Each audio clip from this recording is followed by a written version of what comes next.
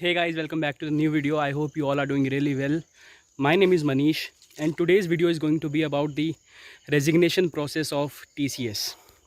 Yes, तो आप लोगों ने डिसाइड कर लिया होगा आप TCS छोड़ने वाले हो या आप सोच रहे हो TCS छोड़ने की, but there are variety of things जो आप लोगों को पता होनी चाहिए ड्यूरिंग योर रेजिग्नेशन प्रोसीजर. या तो आप रिज़ाइन कर चुके हो या करने वाले हो. This video will be covering all कि आपको किससे मेल भेजनी है, आपको क्या क्या मेल्स आएंगी, आपको क्या क्या डॉक्यूमेंट सबमिट करने हैं. ठीक है, तो चलिए शुरू करते हैं. Okay, so first of all अगर आपने डिसाइड कर लिया आप TCS छोड़ने वाले हैं तो you have to send a mail to your immediate supervisor, your project manager. उन लोगों को आप CC में रखना और HR को आप 2 में रख सकते हो. ठीक है, तो व्हाट विल हैपन इज़ जिस दिन आपने मेल किया है that day will be considered your resignation day. Like उस दिन के बाद से आपका जो नोटिस पीरियड कैलकुलेट होना है वो शुरू हो जाएगा. ठीक है, सपोज़ आपने 21 जून को आपने रिज़ाइन किया तो 16 सितंबर आपका लास्ट वर्किंग डे होगा. और जो 90 डेज़ का नोटिस पीरियड है उसमें सैटरडे संडे भी काउंट होता है. तो ऐसा नहीं कि जो 90 डेज़ का नोटिस पीरियड है उसमें बस वर्किंग डेज़ काउंट होंगे, ऐसा नहीं है बिल्कुल भी. जो सैटरडे संडेज़ है वो भी 90 डेज़ में काउंट होते हैं. अपनी एक फॉर्मल रेजिग्नेशन मेल के बाद जो नेक्स्ट डे होगा या with in the similar day आपको जो HR है वो कॉल करेगा या आपका मैनेजर आपको कॉल करेगा. ठीक है, and that call will be all regarding why you are resigning और क्या प्रॉब्लम है आपको प्रोजेक्ट से, आपको TCS से क्या प्रॉब्लम है and how can we solve that issue. ठीक है, तो there will be nothing like that कि वो आप लोगों को रिटेन करने की कोशिश करेंगे अनटिल अनलेस आपका मैनेजर आपको रिटेन करना चाहे. ठीक है, तो वो एक फॉर्मल स्टेप होता है जो कि HR को करना ही होता है. ठीक है, तो that is the second thing जो कि मीटिंग आपकी होगी अपने HR और अपने मैनेजर के साथ.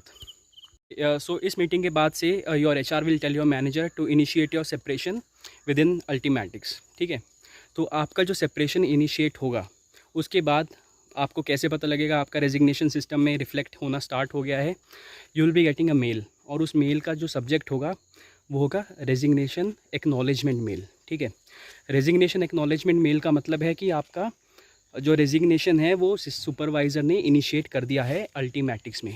और हाँ, रेजिग्नेशन की बातें हो रही हैं तो मैं आप लोगों को अपना व्यू दिखा देता हूँ. एक्चुअली अपने सेपरेशन के बाद TCS से मेरे पास एक 1 वीक का टाइम था न्यू ऑर्गेनाइजेशन ज्वाइन करने के लिए. तो I have come to my home town. तो मैं आप लोगों को व्यू दिखाता हूँ जो मेरे सामने है जिसमें मैं वीडियो बना रहा हूँ. ठीक है, so this is the view. So अब आपके पास रेजिग्नेशन एक्नॉलेजमेंट मेल आ गई है.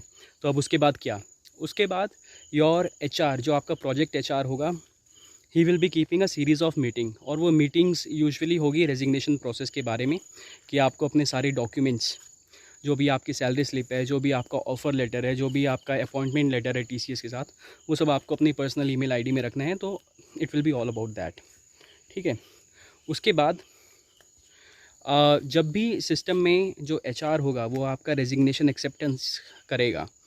इन शॉर्ट HR आपको क्लियरेंस दे देगा कि from there side there is nothing pending from your side. ठीक है, तो आपके पास अब आएगी resignation acceptance mail. It means आपका रेजिग्नेशन जो है TCS से ऑलमोस्ट फाइनल हो चुका है और उस रेजिग्नेशन एक्सेप्टेंस मेल में आपकी लास्ट वर्किंग डे मेंशन होगी. तो मोस्टली जो कंपनीज़ हैं जहाँ पे आप जाने वाले हो next, they ask for the resignation acceptance mail, क्योंकि उसमें आपका लास्ट वर्किंग डे जो होता है ना वो मेंशन होता है. तो आपके पास अभी 2 मेल आ चुकी हैं. रेजिग्नेशन एक्नॉलेजमेंट मेल वो कब आती है, वो तब आती है जब आपका जो सुपरवाइज़र है वो आपका रेजिग्नेशन जो है वो इनिशिएट कर देता है. एंड सेकंड मेल आपके पास आती है रेजिग्नेशन एक्सेप्टेंस मेल.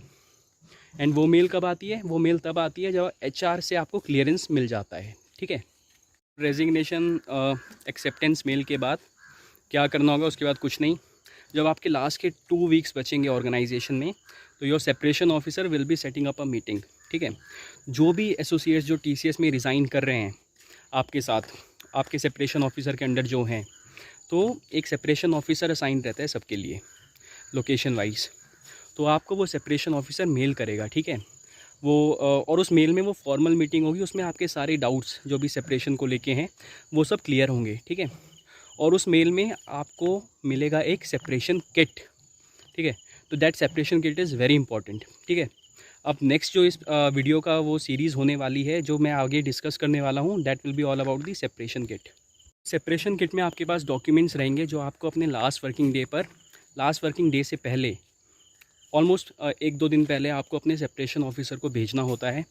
और उस सेपरेशन किट में होता है आपका PF undertaking form, PF withdrawal form, आपका सेपरेशन चेकलिस्ट, एंड अगर आपका वो ग्रेजुइटी के लिए आप एलिजिबल हैं तो एक ग्रेजुइटी अंडरटेकिंग फॉर्म होता है, ठीक है। ये 4 डॉक्यूमेंट्स बहुत ज़्यादा इंपॉर्टेंट हैं और आप भूलना मत ये डॉक्यूमेंट सेंड करना, क्योंकि अगर आपकी तरफ से मिस हो गए तो आगे जाके थोड़ा प्रॉब्लम हो सकती है। और इन सब चीज़ों के बीच में आपको एक MMT रिक्वेस्ट भी रेज़ करनी होगी, ठीक है। MMT रिक्वेस्ट क्या है? ये मटेरियल मूवमेंट ट्रैकिंग रिक्वेस्ट है। तो TCS ने आपको कुछ एसेट दे रखा होगा, ठीक है, आइदर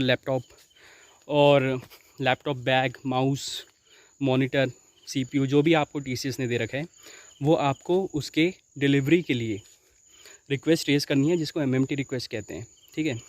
और ये रिक्वेस्ट आपको रेज़ करनी है अल्टीमेटिक्स में।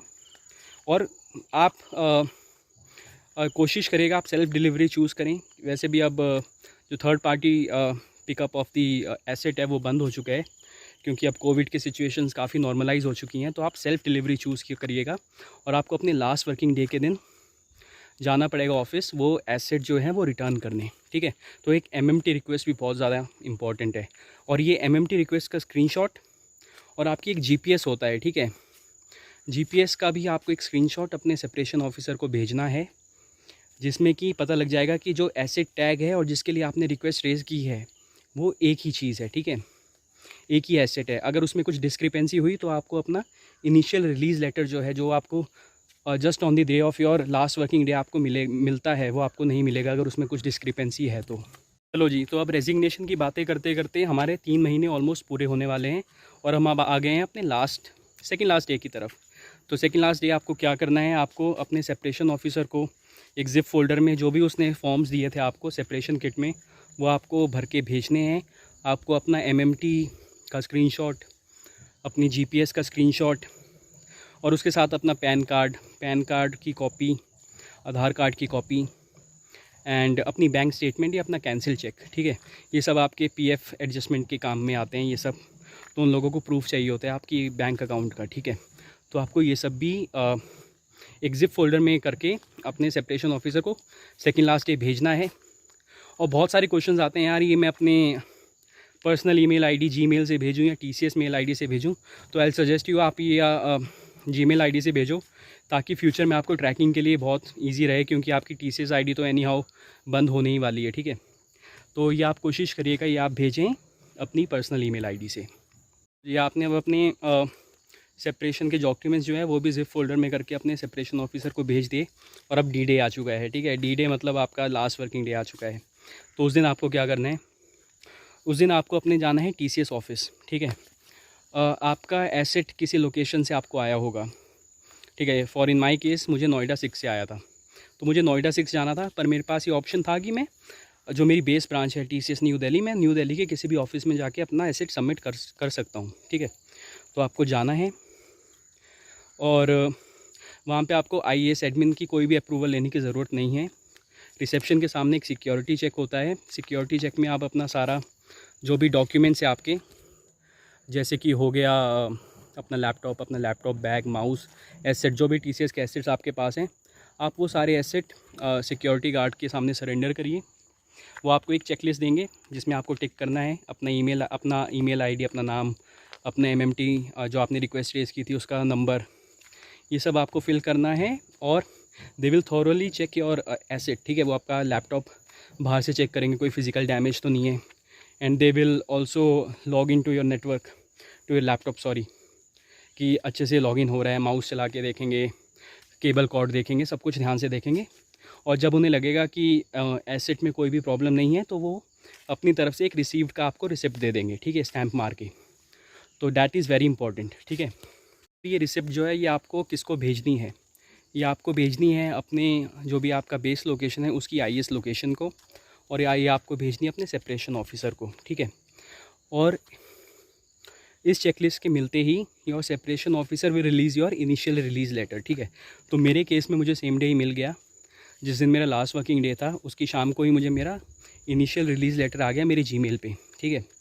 और आई होप आपको भी आ ही जाएगा अगर आपने ये सब कुछ फॉलो किया और आपने सारे डॉक्यूमेंट्स जो हैं वो अच्छे से भेजे हैं तो, ठीक है। तो ये था यार ऑल ओवर जो ओवरऑल जो TCS की रेजिग्नेशन प्रोसेस हैं, जो भी आपको फॉलो करना है, क्या क्या आपके पास आएगा। तो आई होप आपके जो डाउट्स हैं वो काफ़ी हद तक क्लियर हुए होंगे एंड आई होप आपको ये वीडियो अच्छी लगी होगी। अगर ये आपको वीडियो अच्छी लगी है तो प्लीज़ सब्सक्राइब कर देना मेरे चैनल को and keep following me for some interesting content और अच्छी वीडियोस। So take care.